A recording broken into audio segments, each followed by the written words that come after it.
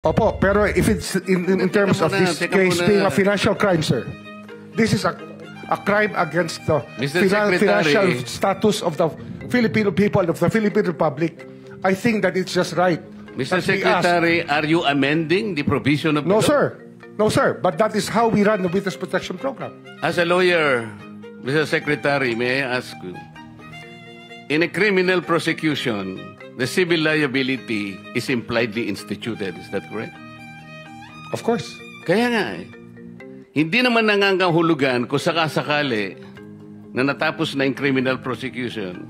Kapag ka nakita na mayroong criminal liability yung tao, because it is impliedly implied, doon lang magkakaroon ng restitution. It will come after.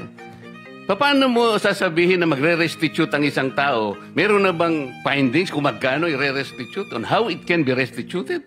Nag-a-apply pa lang eh.